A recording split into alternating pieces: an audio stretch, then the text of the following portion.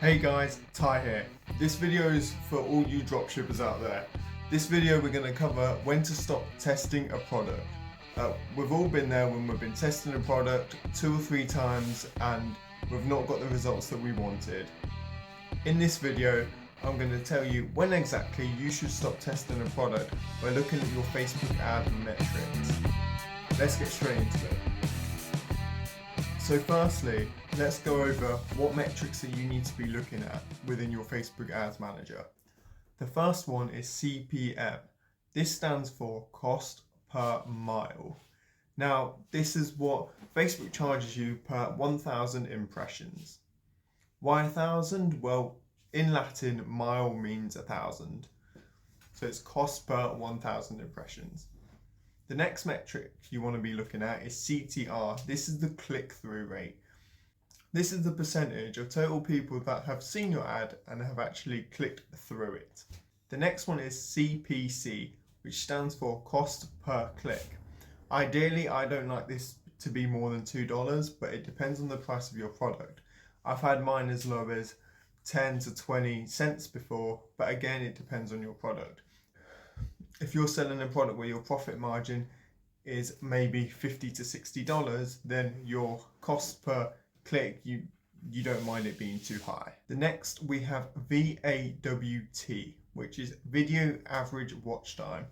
This is basically how many seconds of your video that people are watching on average. Ideally, you want this to be high, but again, it's not always the case. Speaking of video, the next one is 3-second video views. This is basically the percentage of total people that have watched more than 3 seconds of your video, or at least 3 seconds of your video. Ideally, you want this more than 25%. If you're having problems with any of those metrics that I've mentioned, then there are only 2 explanations. One is your ads are simply not good enough. 2, your product is not generating enough interest. Don't worry, we're going to go over on how you can improve these 2 right now.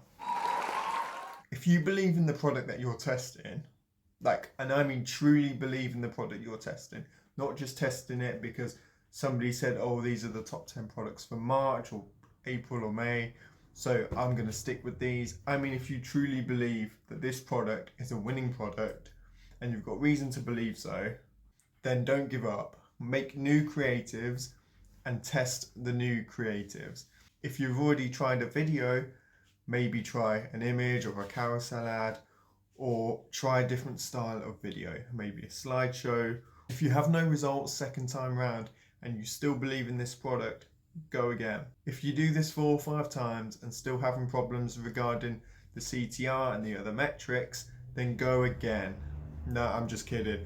At this point, especially call it a day and admit to yourself that it's probably not a good product. Pick a new one. Trust me, you don't want to be stuck on the same old product just because you have an emotional attachment to it. It's the worst thing you can do. It'll eat through your budget. So let's say you've picked a new one, or second or third time around on your original product, it's going rather well, but you're not getting the results that you want. And you know that there's some problems happening, but you don't know how to spot those problems, and you don't really know what those problems are. Here's how to spot a few of the most common problems. Firstly, look at your link clicks and your landing page views. If there is a big discrepancy, then it probably means that you're suffering from a slow website speed. Test it with a simple speed test off Google and go from there.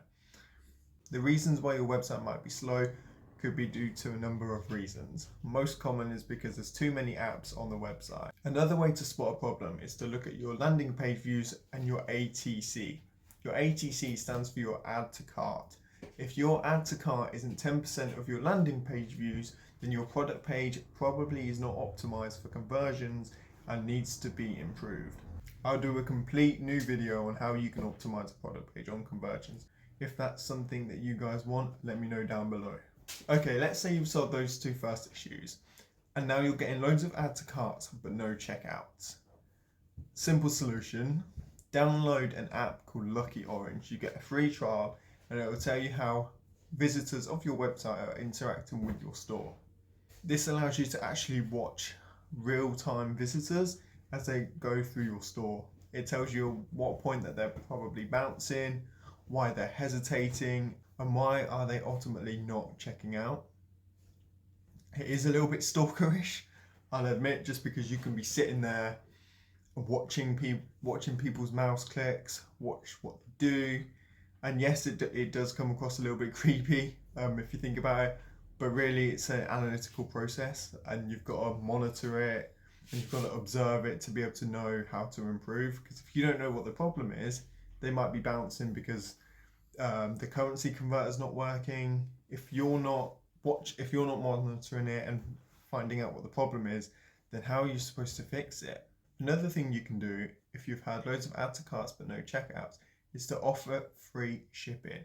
Somebody can be persuaded from a bouncer to a buyer to an actual customer just by being offered free shipping. You should aim for your checkouts and purchase ratio to be about 2-to-1. For every 2 checkouts, you should have 1 purchase. That is the ideal. Obviously, it's not always the case, but that is the ideal target to aim for. If you've done all of the above and are still experiencing and encountering problems, then your problem could lie with your website design. We won't go into website design, as this video is all about when to stop testing your product, but that is something to consider. So that was a quick video on just how you can spot problems and at what point should you consider changing product and maybe stop testing. I hope you found value in this video, and please do consider liking and subscribing. If not for me, then do it for Bill Burrow.